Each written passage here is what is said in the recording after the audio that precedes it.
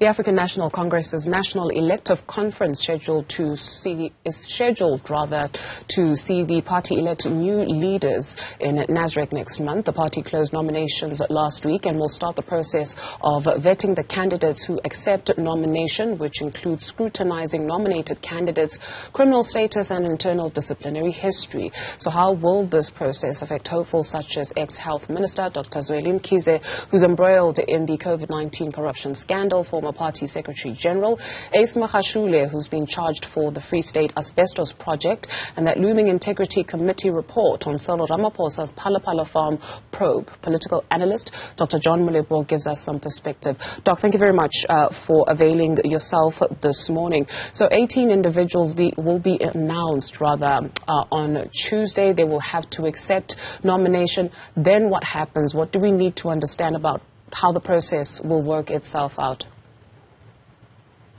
Good morning to you and good morning to the viewers. Well, the process is simple. What happens is once the nomination has taken place, the verification has taken place, then they send it to the leadership, and then the announcement, those who have been announced, then they can be spread among the benches so that when they go to the conference, they're able to make a conclusive decision about a particular candidate that they support.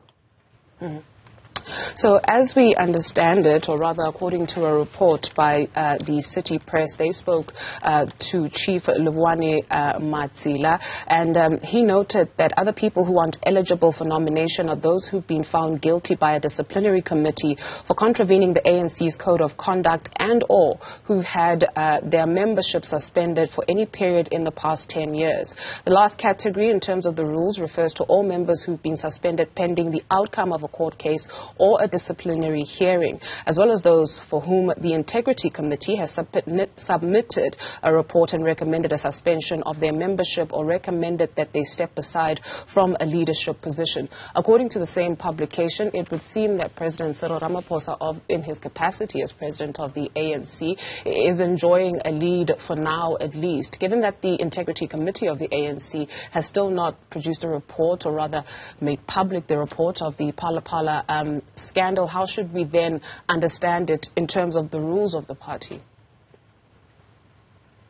Well, currently the president is safe because for now the issue of Phala, if I were to say in the legal term or whatsoever, they remain in a room until there's NPA charges Ramaphosa. Once the NPA charges Ramaphosa, then the Integrity Committee and so on can then be able to take a particular stance on Ramaphosa as view. That's why people are saying that because people who at MPA, they've been employed by Ramaphosa, they're scared to charge Ramaphosa. It's then when we can see. But not only that, even the judges, the one that has been done by the parliament, I think can also fight, if they fight anything with Ramaphosa, can put Ramaphosa in a difficult position for him to ascend to this power in December conference. So I think for now, Ramaphosa is still safe up until anything happens from the NPA and also this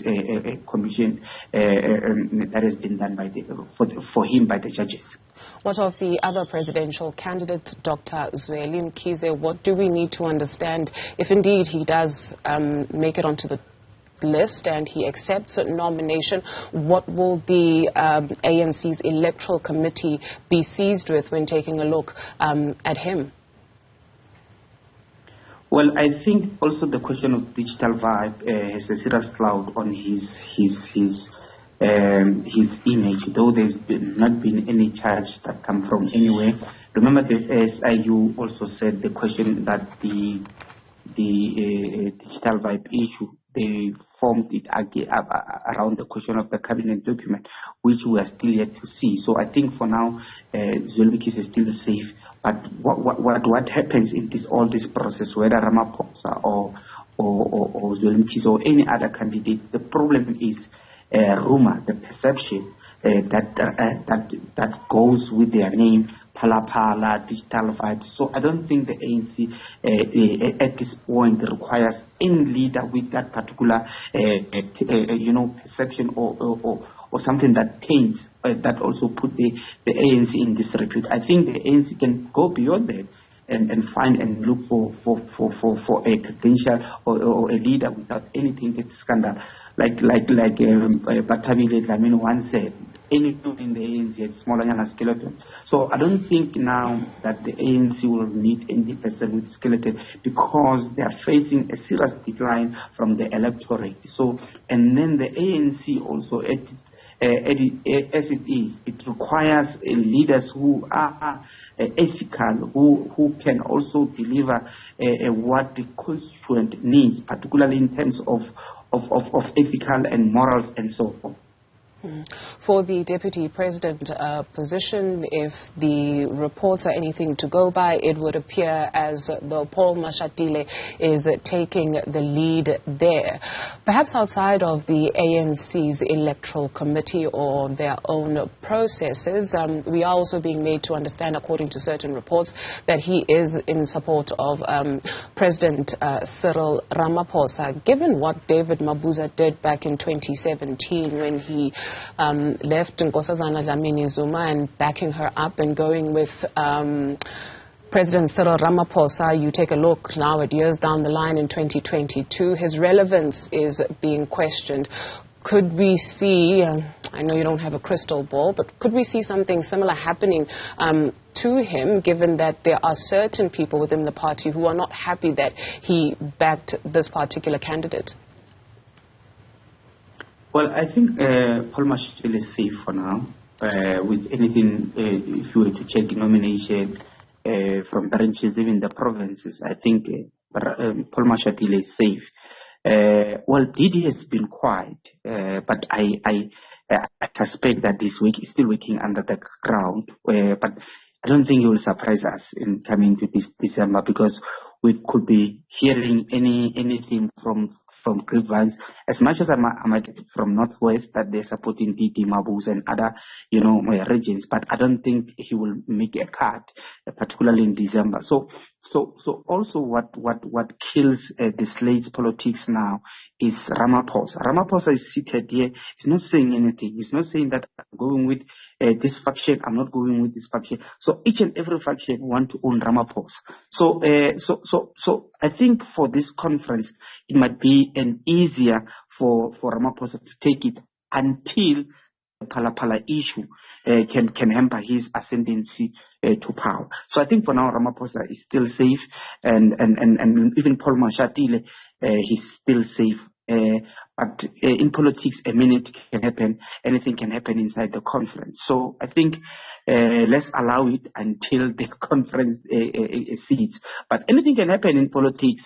So, like other provinces or branches are even scared to nominate or to denounce Ramaphosa, because once you denounce Ramaphosa, and Ramaphosa is a helm of the state apparatus. So anything can happen also to you. We are not suggesting that it can do, but anything can happen, because obviously for a person who wants to ascend to power, anything can happen and anything is possible. So I think other provinces might be shy to announce on their preferred candidate, but we might see things happening inside the conference.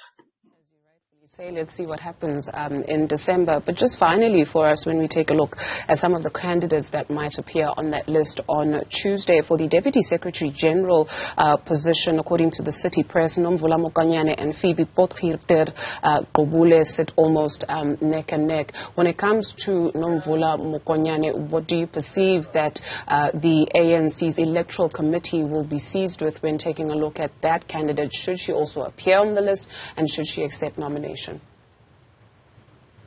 Nomvula has an upper hand. Why I'm saying, remember, Nomvula has run various elective conferences, or the elections of the ANC, has managed to run them. And also, Nomvula has been going to provinces during the provincial conferences.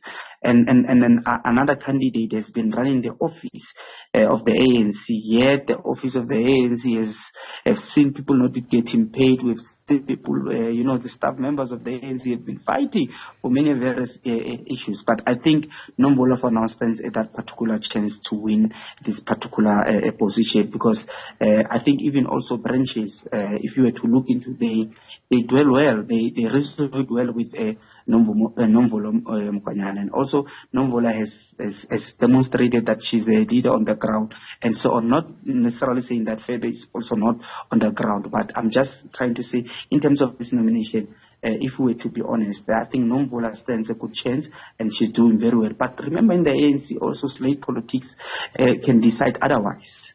That's what I'm saying. This nomination, we can just view this nomination personally, but then comes the voting process. A person might not even reach a threshold. So these are the question of what we say at the slate politics. If anything happens in slate, things goes by, we can see a different change. Even this nomination we can see something else.